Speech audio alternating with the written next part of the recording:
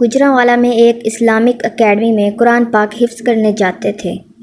وہاں لڑکے لڑکیاں اکٹھے پڑھتے تھے۔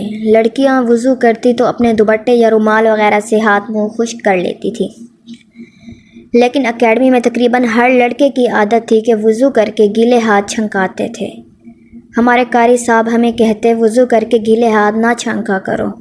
ہم سمجھتے شاید یہ بری عادت ہے اس لیے منع کرتے ہیں، ہم باز نہ آتے، اکثر ایسے ہی کرتے۔ حیرت تب ہوتی تھی جب قاری صاحب کی غیر موجودگی میں بھی ہم ہاتھ چھنکاتے اور پھر بھی قاری صاحب کو پتہ چل جاتا تھا۔ ایک دن قاری صاحب کسی کام سے واپس آئے اور کلاس میں بیٹھ کر اپنی تلاوت کرنے لگ گئے۔ پتہ نہیں اچانک کیا ہوا، اپنا قرآن پاک بند کر کے چپ چاپ بیٹھ گئے۔ تھوڑی دیر کے بعد ہم سب کو بھی چپ کرا دیا اور بڑے غصے سے پوری کلاس کو بولنے لگ گئے، روز تم انسانوں کی شکایت ملتی ہے، روز تم تنگ کرتے ہو وغیرہ وغیرہ۔ جب تھوڑا غصہ ٹھنڈا ہوا تو کہتے آپ کو کتنی مرتبہ سمجھایا ہے کہ ہاتھ نہ چھنکا کرو، مگر تم ڈیٹھ ترین ہو، بات نہیں مانتے۔ ہمیں لگا شاید کسی لڑکے نے شکایت لگائی ہے۔ ہم نے کہا قاری صاحب اب تو ایسا کوئی نہیں کرتا۔ تو قاری صاحب کہتے آپ کو لگتا ہے یہاں کلاس میں بس آپ پڑھتے ہیں؟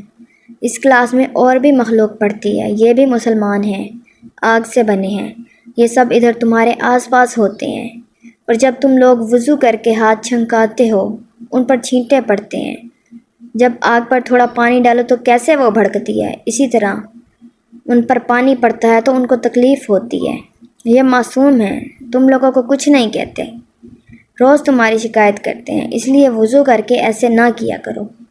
کسی کو زیادہ مسئلہ ہے اگر تو میرے گھر سے تولیے لا کر رکھ لو ہاتھ خشک کرنے کے لیے، لیکن دوبارہ شکایت نہ ملے۔ اس دن کے بعد بھی کبھی بھی کسی نے گیلے ہاتھ نہیں چھنکائے اور نہ قاری صاحب نے دوبارہ اس طرح ڈانٹا۔